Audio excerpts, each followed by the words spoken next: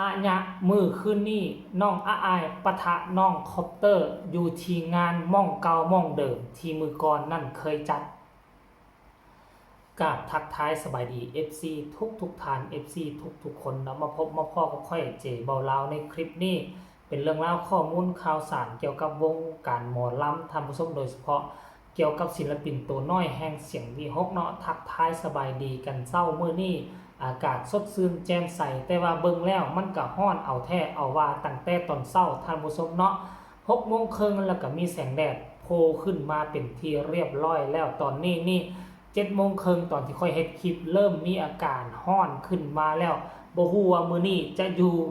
ได้จังได๋เนาะเบิ่งแล้วมันคือจะร้อนนักร้อนหนาเพราะว่า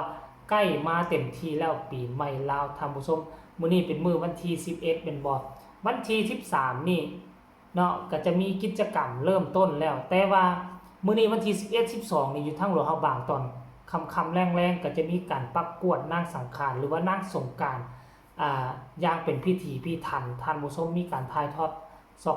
ดสดซึ่งเป็นพิธีกรรมที่สำคัญก่อนจะจัดบุญปีใหม่ลาวอยู่ทางหลวงเฮาบางเด้อแต่ว่านอกจากหลวงเฮาบางแล้วพิธีกรรมการประกวดนางสังขารก็บ่ได้สำคัญแต่อย่างใดเพราะเป็นม่องที่ก๊อปปี้หลวงเฮาบางแต่ว่าต้นฉบับต้องได้ไปเบิ่งอยู่หลวงเฮาบางและก็เฮ็ดจะแตกต่างทุกภาคอยู่ในหลายแข่งของประเทศลาวของพวกเขาเนาะเอาทักทายสบายดีบอกเราเหตุการณ์เรียกบ้านการเมืองอยู่ทางฟังเล่าให้ฟังแต่ซ้ำนี่บัดนี้ก้าวเข้ามาสู่หัวข้อหลักของพวกเฮามื้อวานนี้เนาะงานแสดงมื้อวานนี้ก็คือแสดง2มื้อซ้อนแล้วแต่ว่ามันอาญะทั้ง2มื้อท่านผู้ชมเนาะบ่ว่าจะเป็นน้องอาอายบ่ว่าจะเป็นน้องคอปเตอร์ก็ได้มาไล่เต็มคอกเต็มคอทั้ง2คนทั้ง2สหายเช่นเดียวกันเนาะแล้วค่อยไปแปลกใจเห็นคลิปนึงท่านผู้ชมมีผู้ใช้แอฟฟ้าท่านหนึ่งก็จะเป็นสมาชิกของเสียงวีฮกอะไรเพิ่นใส่ชื่อว่าเป็นมือมิกเนาะตาดีได้ไปทายจับกลุ่มครอบครัวกลุ่มหนึ่งมีทั้งหมดก็สิประมาณ 4-5 คนเนาะทั้งแม่เล็กเด็กแดงทั้งผู้เฒ่าทั้งผู้แก่ย่างเข้ามาตอนช่วงที่น้องอาอาย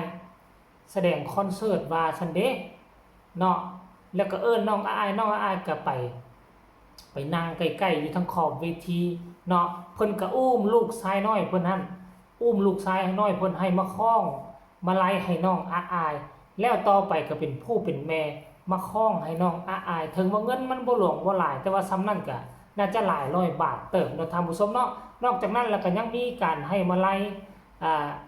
ติบมือทางด้านหน้าเวทีให้ผู้อื่นศิลปินคนอื่นกับผู้ช่วยน้องอาอายอีกท่านผู้ชมได้ยินข่าวว่าครอบครัวนี้อาจจะเป็นเจ้าภาพด้วยซ้ำไป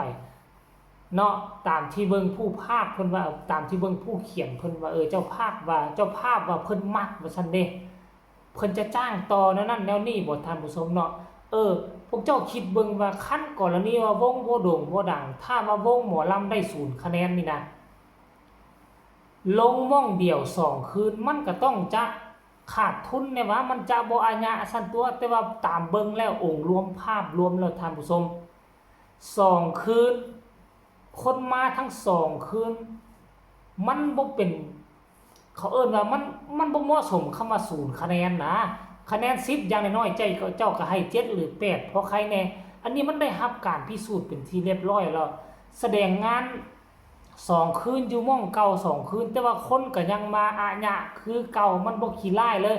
คันคนมาบางหูบางตามา100-200คนพอใครแน่แต่อันนี้มาเบิ่งแล้วคนมันก็มาหลายเท่าที่ควรและมันอยู่ในเกณฑ์มาตรฐานเพราะฉะนั้นแล้วเจ้าภาพเจ้าการเจ้างานจึงว่ามักแฮงมักจึงจ้างว่าซั่นแล้วบ่แน่อาจจะจ้างต่อในปีหน้าก็เป็นไปได้ท่านผู้ชมเนาะให้ทุกคนไปเบิ่งคลิปนี้ซะก่อนอีกจักเล็กจักน้อยแล้วจึงมาพ้อกันในช่วงต่อไปเนาะว่าเหตุการณ์ตอนที่เขาข้องมาไล่ตอนครอบครัวนี่ยกขโยงกันมาน่ะเนาะว่ามันมีบรรยากาศคือจังได๋น้องอาอายกำลังเฮ็ดหยังอยู่แล้วจึงมาพ้อกันในช่วงต่อไป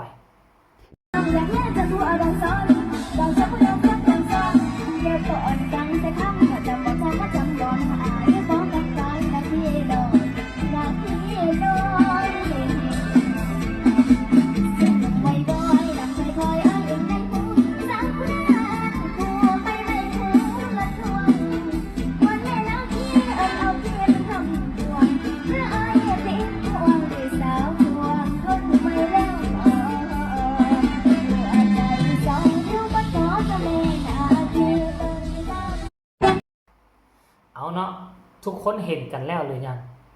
เห็นกันแล้วบรรยากาศ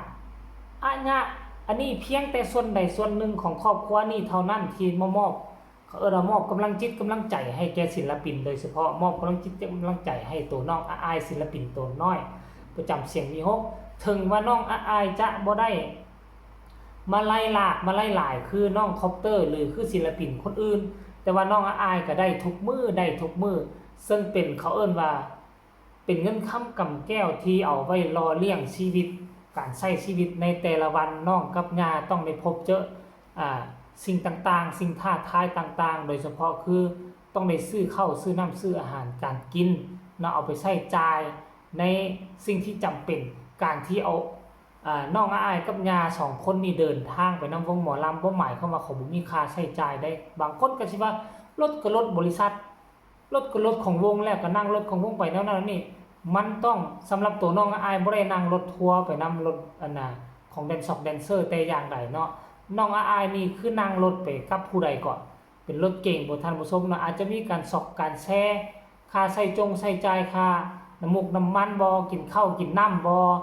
ซื้อขนมของต้อนและซื้อเครื่องใช้ส่วนตัวแต่ละมื้อนี่มันต้องได้มีรายจ่ายท่านผู้ชมเนาะและโชคดีหน่อยนึงว่าทั้งพ่อแม่ FC ของน้องอายก็บ่ปะบ่ไล่บ่เคยทิ่มศิลปินตัวน้อยคนนี้ก็พากันมาให้มาไล่นางทุกมื้ออยู่ได้ถึงว่าบ่ได้หลายก็ได้อย่างน้อยๆ4หน้า500แบบนี้พอนางได้เอามาใช้จ่ายหมุนเวียงในมือต่อไปเนาะพอบ่ให้จกเอาเงิน